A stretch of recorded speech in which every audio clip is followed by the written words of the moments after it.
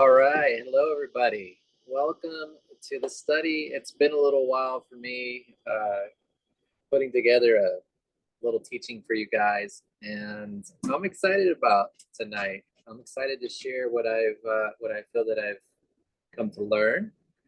And anyways, I hope that it blesses you just as much as it's blessed me. But I want to start by reading. I'm still in Luke 5. I haven't been able to leave Luke 5. I know the last teaching was on Luke 5, the first half. Well, this one is going to be on the latter half of Luke chapter 5. So, but let me go ahead and start reading. I am going to read.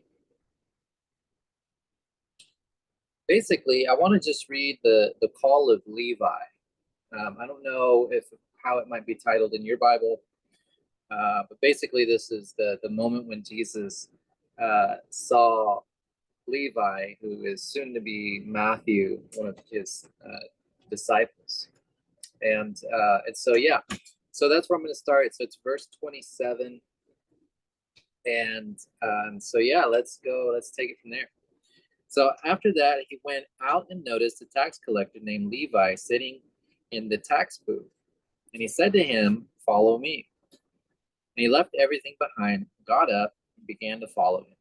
And Levi gave a big reception for him in his house. And there was a great crowd of tax collectors and other people who were reclining at the table with them. The Pharisees and the scribes began to grumble at his disciples, saying, "Why do you eat and drink with the tax collectors and sinners?" And Jesus answered and said to them, "It is not those who are well who need a physician, but those who are sick. I have not come to call the righteous, but sinners to repent." And the Pharisees, and they said to him, "The disciples of John often fast and offer prayer, and the disciples of the Pharisees also do the same, but yours eat and drink." And Jesus said to them, "You cannot make an attendance of a bridegroom fast while the bridegroom is with them, can you? But the days will come, and when the bridegroom is taken away from them, then they will fast in those days." And he was also telling them a parable. No one tears a piece of cloth from a new garment and puts it on an old garment. Otherwise, he will both tear the new, and the piece from the new will not match the old. And no one puts new wine into old wineskins. Otherwise, the new wine will burst the skins, and it will be spilled out, and the skins will be ruined. But new wine must be put into fresh wineskins, and no one, after drinking old, wishes for new, for he says, "The old is better." All right, so I just want to pause there. Um, in chapter 6, it goes on and it tells a story about the Sabbath, and when the disciples were picking wheat with their hands on the Sabbath, and so then the Pharisees questioned the actions of the disciples to Jesus. And he finishes picking the 12, choosing the 12. Um, so let me do one more thing here.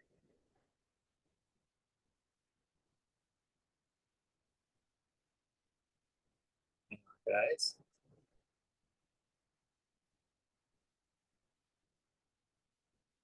All right. So before I start, I just want to say, I want to ask you actually, does this story sound familiar to you? Um, if it doesn't, it's okay. If it does, if something resonates, if you're thinking about it and some pops into your head, maybe write it down or just remember uh, of what it reminded you of or sounds familiar. But if it doesn't, don't worry. I will share with you what it reminds me of. But let's set the stage, right? What is going on here? We have Levi, right? As I was saying, he is the soon-to-be disciple called Matthew, and Levi decides to first of all, he hears Jesus, uh, calls him, says, "Hey, follow me." And he decides to leave everything behind, which is what the previous disciples, Peter, John, James, and Andrew, said that they did. They left everything behind. But he decides to throw this party, right? And honestly, like, it's probably, I don't know. I'm just using my imagination here with all of this, but I would imagine that um, this party that he's throwing is not a party that any respectable person or any respectable Jewish religious person would want to be at, right? But so he's throwing this party that is filled with other tax collectors and sinners. Some translations actually use the word sinner there, not just what mine said here in other people. So it might be either one, but sinner sounds a little bit more scandalous to me. And and so he's filling up his house with literally a bunch of good for nothing nobodies, some pretty low level scum of the earth kind of people, right? Well, at least for you and I, we would think, gosh, they're just trying to make a living and they're trying to live. But for any respectable, good religious person, this group of people that's there it's the scum, it's the bottom of the barrel kind of crowd, right? And I can't help but wonder, like, what do you think was going through Matthew's mind, as he's thinking about throwing this party? There's you can imagine the scenery, right? It's lots of food and drinks. Maybe there's a little bit of music in the background. Somebody might be strumming a guitar or something like that. Who knows? Like it, and it's also probably known. I think that most scholars would agree that Matthew would have been someone who was well off. He would have gotten paid really well to do his job. And so the house in my mind it'd be one that would be quite respectable. Be a respectably nice house. Probably has a nice big courtyard, maybe plenty of space. Now, what I was also told though is that back in those days, when they would throw a party, they would actually throw it outside of the house, like in a courtyard, actually, matter of fact. And sometimes these courtyards would be like a common area. So, but anyways, you know, something is definitely clear, and it's clear that Matthew was certainly rubbing elbows with other tax collectors and other, good for nothing people that were definitely given the boot, if you will.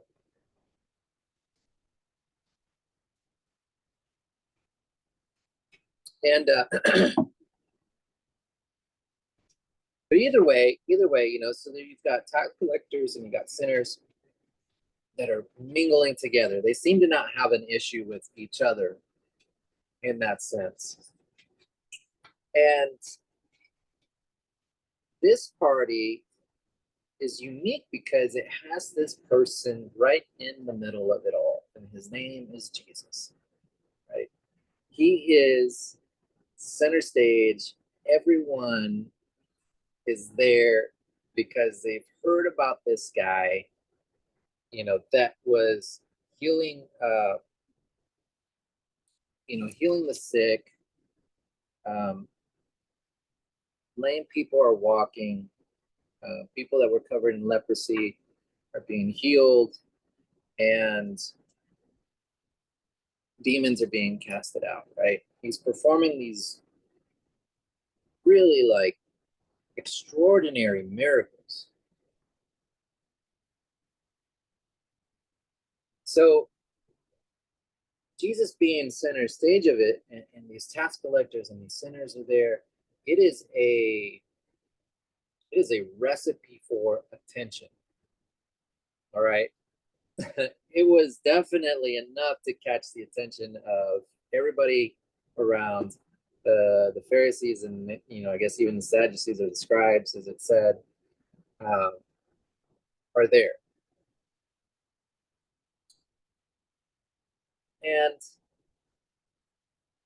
And also the disciples of John the Baptist, they're there.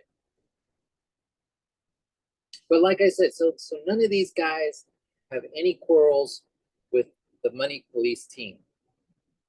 You know what I mean? They have no issues with these tax collectors. The sinners show up and they're having a good time, and they're getting to know this person, this crazy man named Jesus. But perhaps what maybe went through the mind of Matthew at that time, well, you know, my parents probably disowned me.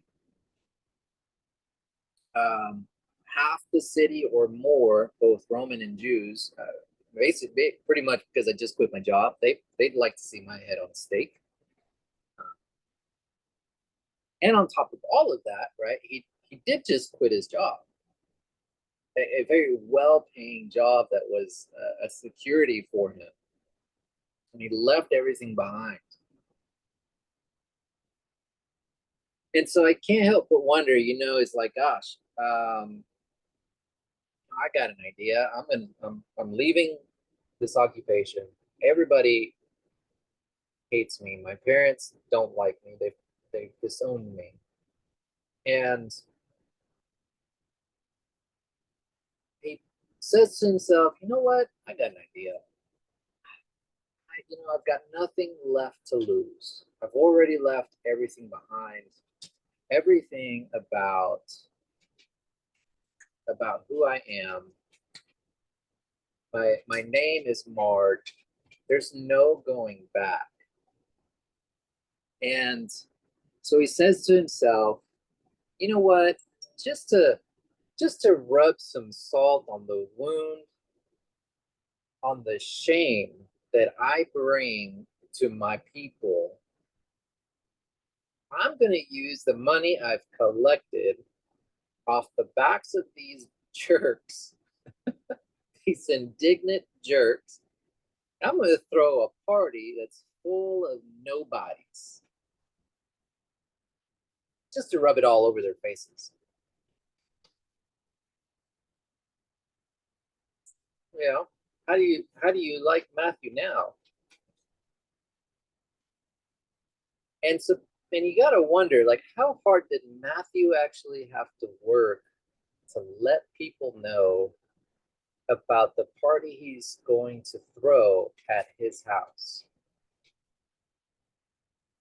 He's like, hey man, um,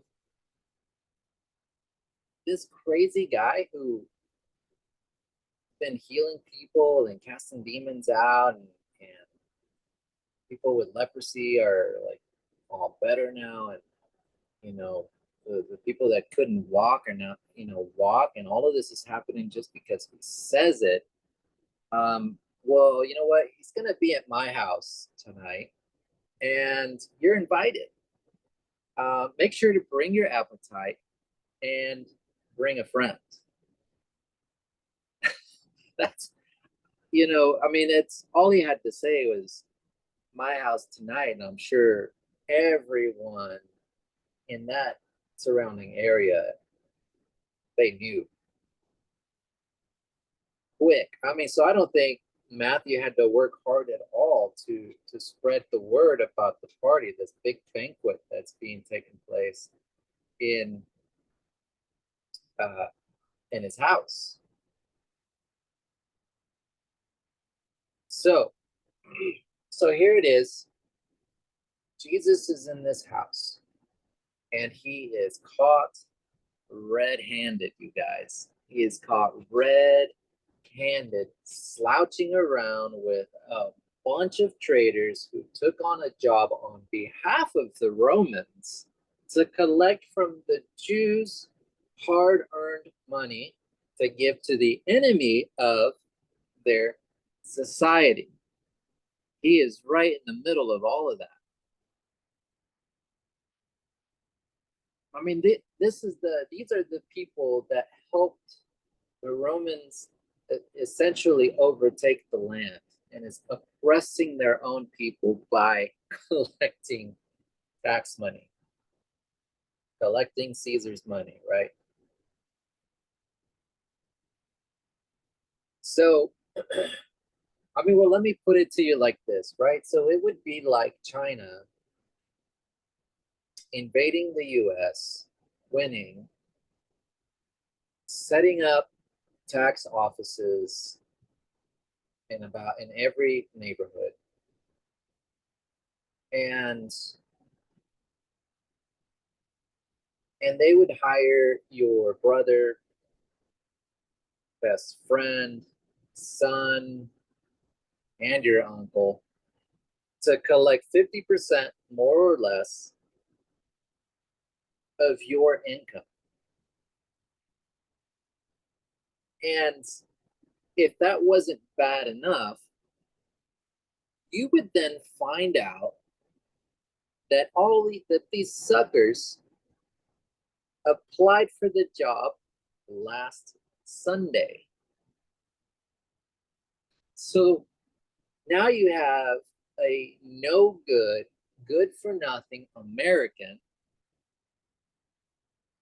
that is taking advantage of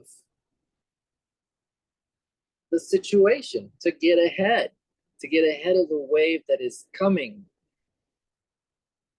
on the nation. That's something of the sorts of what it would feel like. So when I say that he was caught, I mean I mean it. He was caught. Like there was no putting the kitty back in the bag. This is a red flag alert.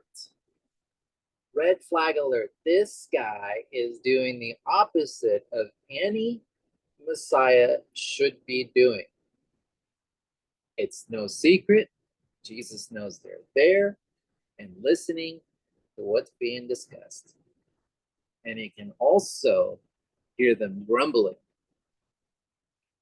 Yeah.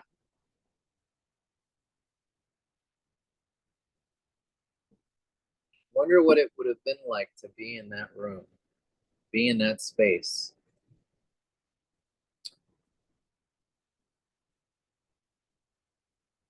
But if you'd allow me to just play with scripture just a little further, just so that I can continue to present to you this thesis, this idea that I have, I'm going to assume that Team Grumblepants were listening outside the walls or in the courtyard, right? And as I was saying, the party most likely took place outdoors. So they were close enough to hear, far enough not to be perceived as associating with the wrong crowd. I mean, these guys knew everything about messiahship. They knew what to look for. They were actively looking for the Messiah.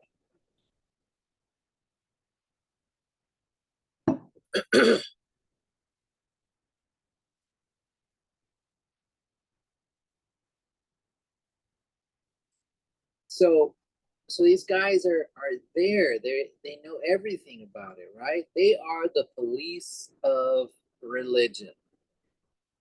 They're there to help you define what is right and what is wrong. They they they tend the land of God, right? This was their job. It was what they were passionate about doing this.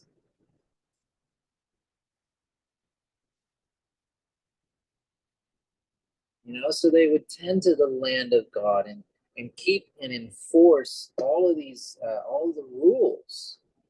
And so, anyways, it's all that to say that they were definitely and most certainly not relaxing. They were not reclining, and they were certainly not slouching around uh, at the table.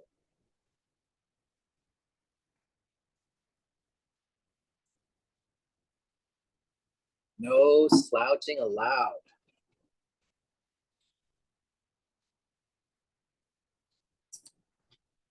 Poor guys. You gotta wonder. Like, gosh, I bet like several of their stomachs might have been like turning and churning inside of them. Uh, they can't understand why this guy Jesus, who claims to be the Messiah and is most certainly performing things they've never seen, so to speak. They can't seem to find uh, any phony baloney type stuff going on. Like, everything tends to check out. Like the guy that had leprosy, like there's no hiding. It's real, right? The neighbor that was demon possessed and is no longer possessed, and they're thinking clearly and out of their right mind, but they can't figure out why he is in this party with a bunch of the wrong people. Why isn't he in a party with all the right people? His actions and his words aren't lining up for them as they see him in the flesh. He is doing miracles and he's acting a different way, a way that doesn't line up with being a Messiah. And so they're trying to figure out if Jesus is a deceiver. And in their minds, he is the best one they've ever seen to date. So, in hearing them grumble, Jesus gets up from reclining and he meets them where they are, both mentally and physically. He meets them where they are, the Pharisees and the disciples of the Baptist, or the baptizer, or the immerser. Okay, a quick little side note here. So the question from the Pharisees and the disciples of John the Baptist were not directed at Jesus. They were directed at Jesus's disciples.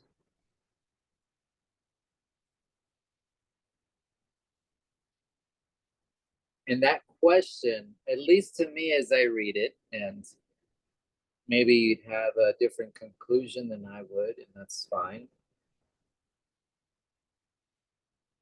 But between the lines of the question here, in my mind, as I'm reading it, it is laced with defend the actions of your Messiah.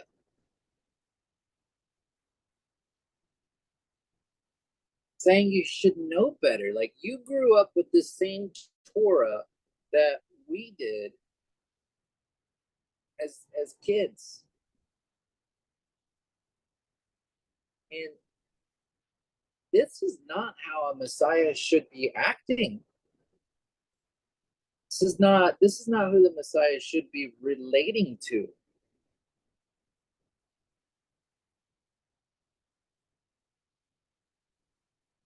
And you and everyone else don't qualify to be his disciples.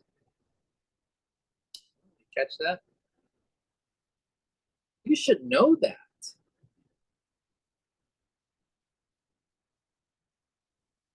You see that? That's what I hear kind of laced in between the questions there. It's an imagining, what it might have been like to be there when all of this took place.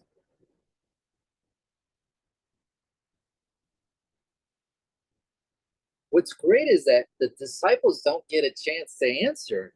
I don't know, maybe their mouths were full with food and they just kind of shrugged their shoulder and looked at Jesus. Maybe as the question was coming, Jesus is anticipating it, and so he gets up and interjects. Whatever the case there, whatever it is, however it was that it happened, they don't get a chance to answer the question. But in fact, Jesus supplies the answer both by speaking the word and being the word. The word that the Pharisees were looking for. So they were both speaking the word, lowercase there, lowercase word, and being the word, uppercase word, capital word.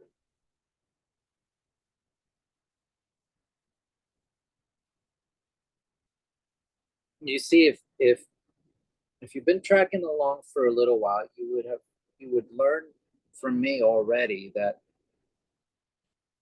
to be a sinner, okay, to be a sinner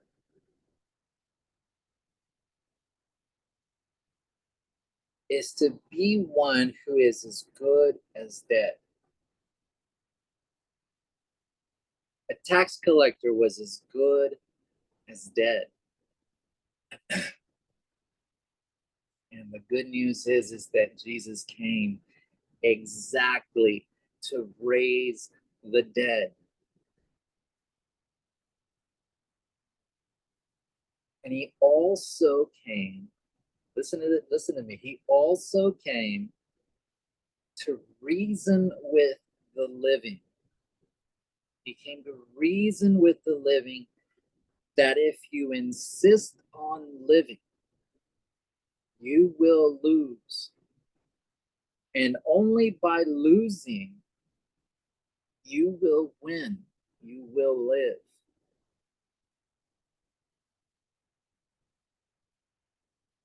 I wonder if you're listening. I wonder what might be going through your mind right now.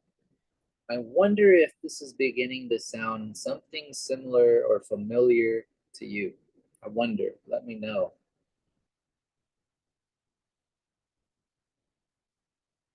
And so it goes on to, the bridegroom, the explanation, about why they don't fast and pray. Well, with the arrest of John the Baptist being resent and his disciples grieving the loss of their leader, their person, it makes perfect sense. It makes perfect sense that Jesus would use the analogy of the bridegroom being with them, and that it would be morally wrong to ask his disciples to fast. I mean, have you ever been with anybody that had recently lost a loved one? Yeah, of course they're gonna mourn. You know, probably look like they hadn't showered in a while and lost a bunch of weight. I've seen that happen to people, and it's true. It does happen. It happens naturally, right? It's normal, and it's right. It's right to be able to grieve like that.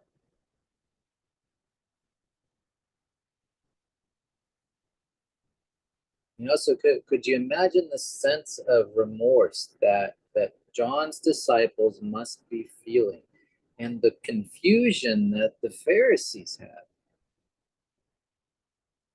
And so, in Jesus's answer about the bridegroom being with them, you know, he's saying to them that, hey, there's not going to be any fasting while I'm around, none whatsoever. But when I'm not around, there surely will be some fasting going on, prayer. So, in other words, like without saying it, but acting it out, he says, "You can have no part in me. You can have no part in me unless you eat my flesh and drink my blood. And because I'm the good shepherd, I will feed my sheep."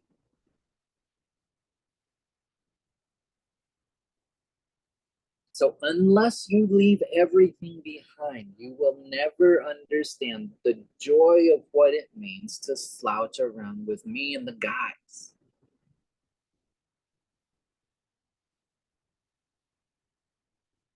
So then Jesus goes on and he tells them yet another parable. And he says, "No one tears a piece of cloth from a new garment and puts it on an old garment. Otherwise, he will both tear the new, and the piece from the new will not match the old." I mean, you could interpret this. I don't know how many of you guys grew up understanding that the interpretation of the new garment and the old garment is, you know, the gospel of grace versus, uh, Judaism law. You know, and I guess you could do it that way if you wanted to. And you know, so then and no one puts new wine into old wineskins. If he does, the new wine will burst the skins, and they will be spilled, and the skins will be destroyed. And so you could say that, you know, the new wine is the graceful is the I'm sorry the gospel of grace, and the old is, you know, Judaism and law and all that stuff, and Mosaic law. And so you'll end up with an understanding that the gospel of grace and Judaism do not mix. That's a very common understanding of that parable. It's a very common interpretation of that parable. But do you know that Luke 5:39 really presents a problem with that interpretation, especially that last part where he says the old is better?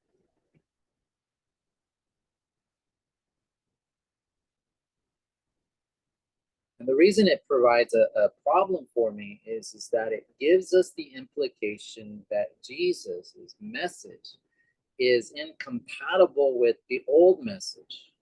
And yes, there is some truth to that. There is. I will admit that. There is some truth to that.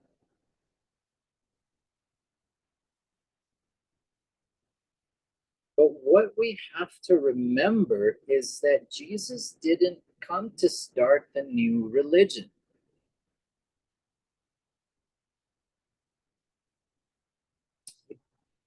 Christianity, as we know it, does not exist. There was no Christian church, and much less a gospel of grace. There was no such theology. There was only the man Jesus. That was it. And so all of the institutions that play today are far from them. It's just not there. So you see, I have an issue with that interpretation of the garments and the wineskin wine. I have an issue with it. I have a scab to pick.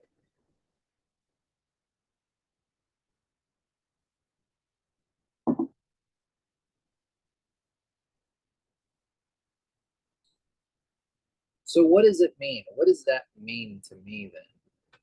Well, the only thing that does make sense to me is that Jesus is, 100% compatible with Judaism, because in him,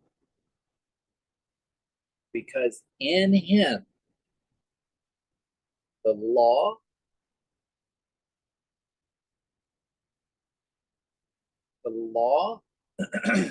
and they are fulfilled. His very presence on planet Earth is the fact that he is compatible with humanity, with people.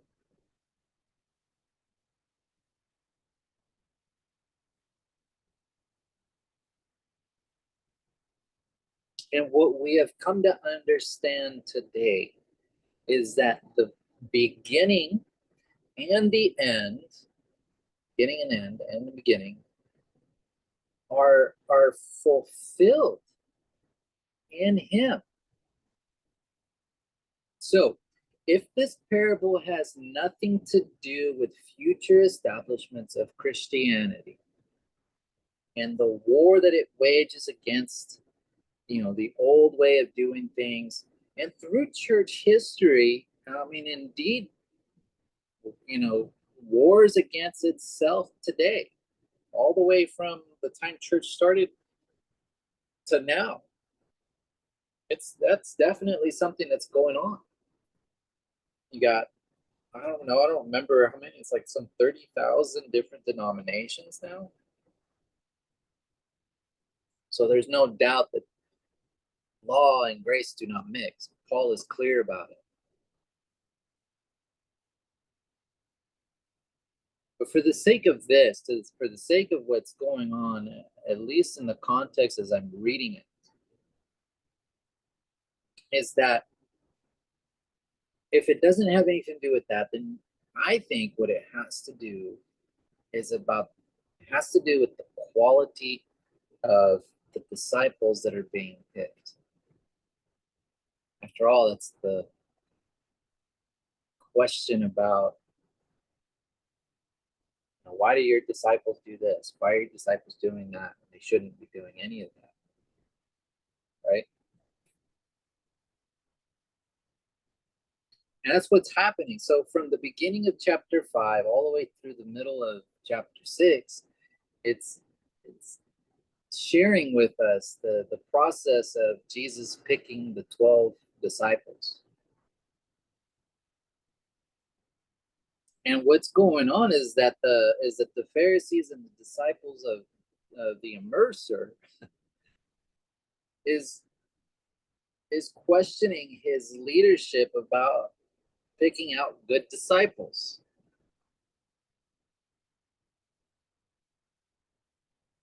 So, what if the new garment and the old garment had nothing to do about grace versus law? What if it had to do with simply a student that has left everything behind, that being the new garment, and the old garment being a student that is unwilling to leave everything behind? Same for the wineskins, the new wineskin versus the old wineskin, right? Student that's ready, student that is not ready. I mean, how many of us understand that? We talk to people, maybe you talk to someone about this, good news, and some are ready for it. Some are ready to hear it, and they start and they run with it, and then others are just not. They're just not ready.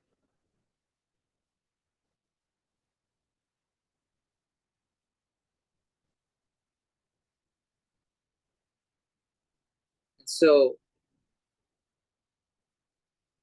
what I see when Jesus is answering the question to the Pharisees there in Luke 5,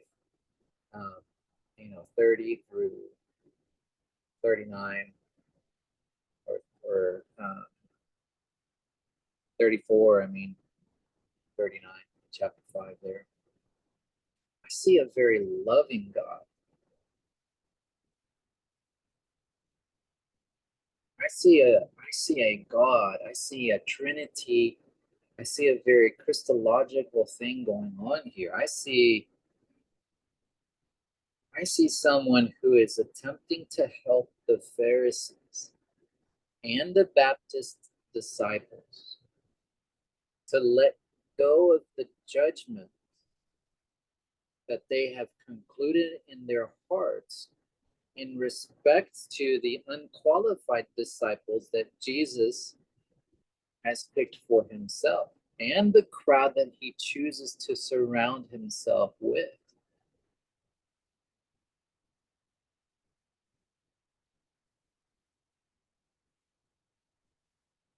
And leaving us with new wine, I would say that new wine is simply new teaching, and old wine, old teaching.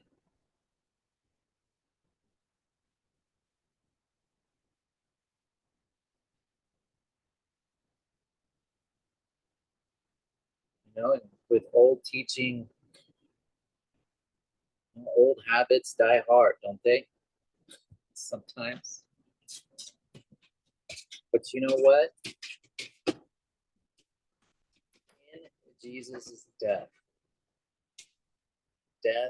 came for us all. That is, by the death of one man, all have died. So therefore, the hope is that even though we at times resist him, resist the new wine, is that he will always be ready to reason with us, to see the Father and the Son and the Holy Spirit through the eyes of Jesus.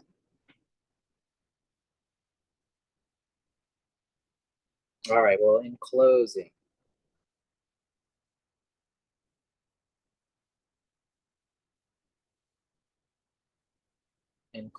let me just say this. Let me take you to another story. We're at the Cana wedding ceremony. We just got done. We just finished the wine, and really good wine, for this wedding. And so everybody knows that the taste of wine is it's not going to be quite as good anymore, right? It's the subpar stuff, it's the boring stuff, it's the watered down stuff.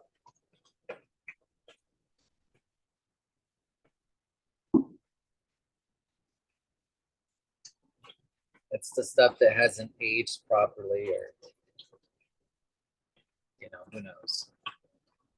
It's just as it. All we need to know is just that it's the good. The good is gone. The good stuff, the yummy stuff is gone.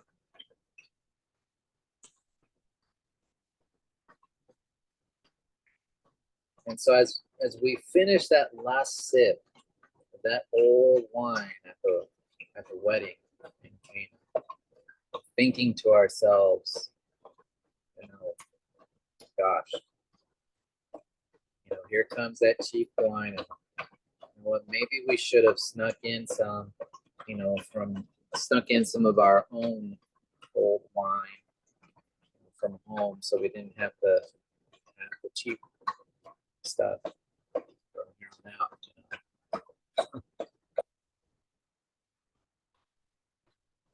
Only to be surprised.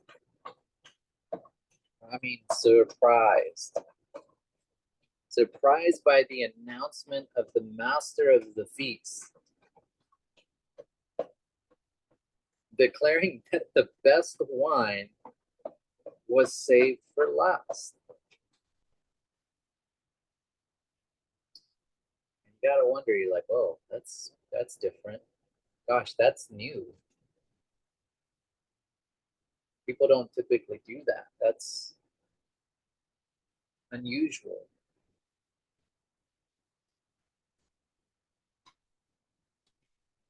So it's become sort of a sign. It becomes a sign to us that even the newest wine from the ancient of days, capital ancient, capital D for days, the newest wine from the ancient of days is better than the old wine made by our contraptions and contributions. And so the night is young. Let us drink until our bellies are satisfied. That, my friends, enjoy the new wine that's coming. Now, just so you know, that was not the parable that I was thinking of at the beginning of the story, but in fact, I was thinking of the prodigal son. The father who goes out and insists on reasoning with the elder brother who does not want to come into the party.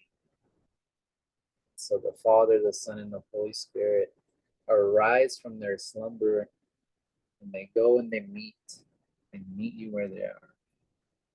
All right, you guys. Thank you so much. I hope you've enjoyed it. Let me know in the comments. I hope it blessed you. God bless. Good night.